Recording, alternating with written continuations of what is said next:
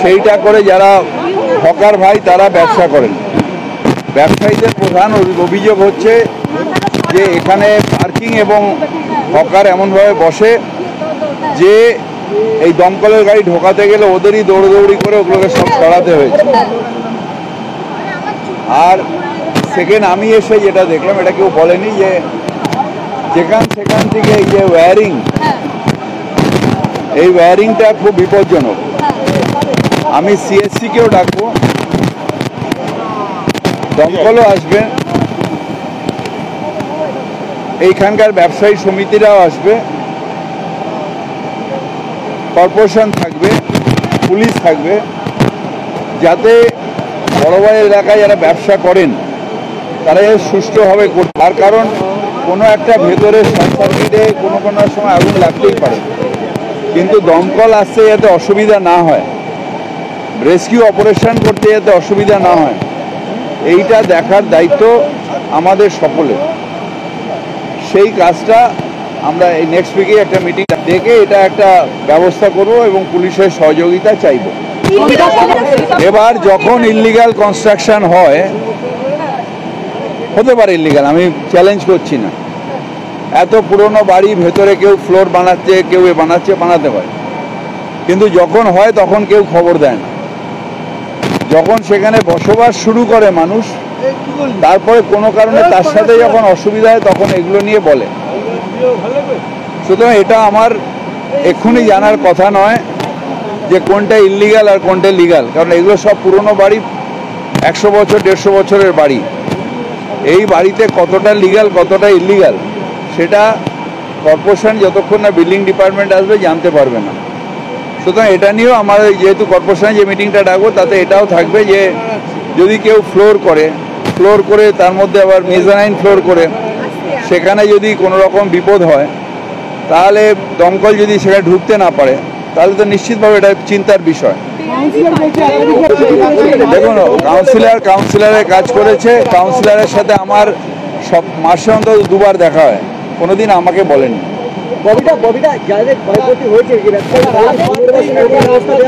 এখানে কি খবর ক্ষতি হয়েছে আগে অ্যাসেসমেন্ট হোক, ব্যবসায়ী সমিতিদের সাথে বসি, ওনাদের কি ইন্স্যুরেন্স আছে না আছে দেখতে হবে, তারপরে আমরা এটা বলতে পারবো। হঠাৎ করে আপনি প্রশ্ন করলে তো আমি জবাব দিতে পারবো না। আপনি ইল্লিগাল কোনো ইল্লিগাল কনস্ট্রাকশন সেরকমভাবে এখানে রিপোর্টিং হয়নি। যদি হয়ে থাকে তাহলে নিশ্চিতভাবে আইন অনুযায়ী যা পদক্ষেপ নেওয়ার নেবে সেটাকে ভেঙে দেওয়া হবে।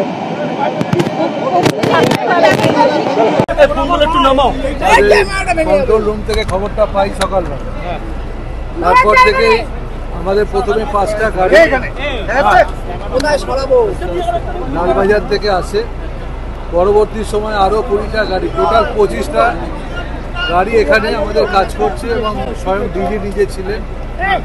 ডিজির সাথে আমার যোগাযোগে ছিল এবং আমাদের এডিজি আছেন এবং আরও সিনিয়র অফিসাররা আমাদের এখানে পৌঁছেছে।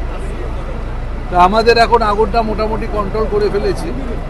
কোনো ক্ষয়ক্ষতি মানে মানুষের নেই, কোনো ক্ষয়ক্ষতি, কোনো ইনজুরি নেই, কোনো লস কেস নেই, কিন্তু কিছু জিনিসপত্র ক্ষতি হয়েছে।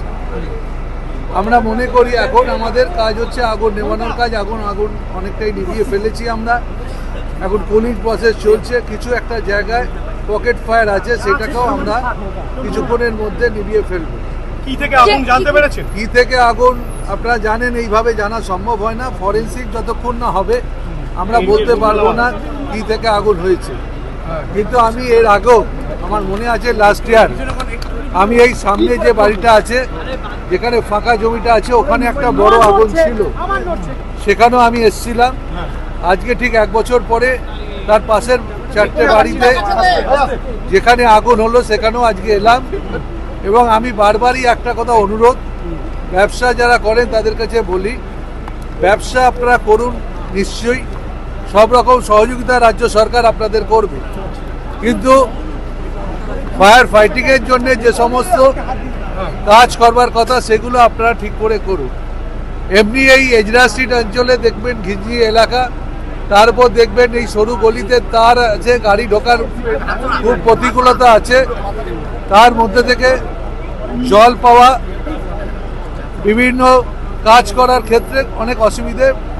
তা সত্ত্বেও আমাদের এতগুলো গাড়ি এসছে, পাম্পিং স্টেশন, আমাদের পাম্প, কিছু পাম্পের ব্যবহার করেছি, কিছু কর্পোরেশন থেকে কিছু স্পাউট করেছিল, সেখান থেকে জল পেয়েছি। আমরা মনে করি কলকাতা শহর নিশ্চয়ই ব্যবসা হবে, ব্যবসা করার অধিকার প্রত্যেকটা মানুষের আছে, কিন্তু ব্যবসাটা করতে গিয়ে মানুষের জীবন যদি কোথাও লস হয় সেটা সব থেকে বড় ব্যাপার। অগ্নি নির্বাপন কতটা ব্যবস্থা ছিল, কতটা ব্যবস্থা ছিল না, সেটা আমরা খতিয়ে দেখব, এটা জানাবো আপনাদের। সন্তোষ পাঠকের বক্তব্য, স্থানীয় কাউন্সিলর উনি 22 বার জানিয়েছেন ডিজি ফায়ার থেকে শুরু করে দমকল, সন্তোষের সাথে আমার কথা হয়েছে ওরা বলছে যে সকালে সন্তোষ আমাকে ফোন করেছিল, সন্তোষ পাঠকের সঙ্গে আমার কথা হয়েছে। ও বললো আমি এসছি সুজিত দা, বললাম ভালো, আমিও আসছি। আমাদের একটা কথা হচ্ছে, শোনেন, এখানে রাজনীতির কোনো বিষয় না, একটা ইনসিডেন্ট যখন কোনো ঘটে সকলকে মিলে সেখানে সহযোগিতা করতে হয়। সন্তোষ এসেছিল, ধন্যবাদ সন্তোষকে। কিন্তু আমি একটা কথা আপনাদের পরিষ্কার বলি যে আমাদের দিক থেকে কোনো সবসময় তৎপরতা থাকে, কিন্তু অনেক সময় অনেক বড় জায়গা আমাদের ফায়ার অডিট হয়, ফায়ার নিয়ে অনেকগুলো কাজ আমরা করছি। অনেকগুলো আগুন, পরশুদিন হাওড়ায় যে আগুনটা হয়েছিল একটা থার্মোকলের ফ্যাক্টরিতে, গোডাউনে, আপনারা জানেন রাত্রিবেলায় আগুনটা লেগেছিল 10:30টায়। আমরা সেই আগুনটা 2টোর মধ্যে কন্ট্রোল করে দিয়েছিলাম। যারা ব্যবসা করছেন তাদেরকেও কিছু দায়িত্ব থাকতে হবে। একা ফায়ার ব্রিগেড সবকিছু পারবে না, একা পুলিশ সবকিছু পারবে না। অ্যাকশন হয়েছে, আপনারা জানেন না, এর আগের ঘটনায় এফআইআর হয়েছে। আপনারা যদি জানতে চান আমাদের অফিসে আসবেন, কটা এফআইআর কি করেছি আমরা সব জানাবো। সকালে সোম মঙ্গলবার আপনাদের জানিয়ে দেবো।